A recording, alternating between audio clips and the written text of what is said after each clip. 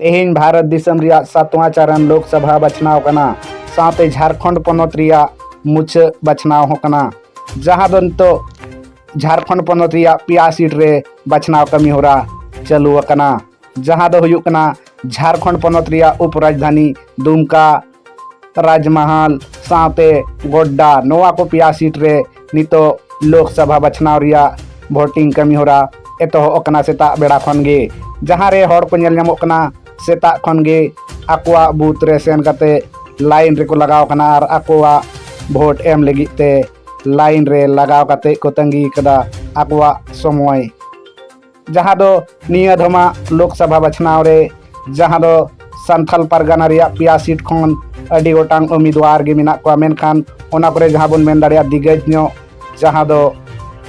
दुमका खन नलिन सोरेन सीता सोरेन राजमहल खन विजय हासदा ताला मरांडी लोबिन हेम्ब्रम आरहों गोड्डा खन निशिकांत दोबे प्रदीप यादव नौका लेकाते संथाल परगना रिया पिया सीट खन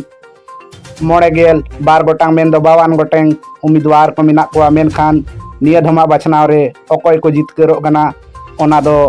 4 जून हिलोग गे हाँ बड़ाय ᱧᱟᱢᱚᱜᱼᱟ साथे 4 जून हिलोग गे बड़ाय ᱧᱟᱢᱚᱜᱼᱟ जे केंद्र रे अकया सरकार बिना कना जहां दो 4 जून हिलो नोवा रिया अर्जो से नोवा रिया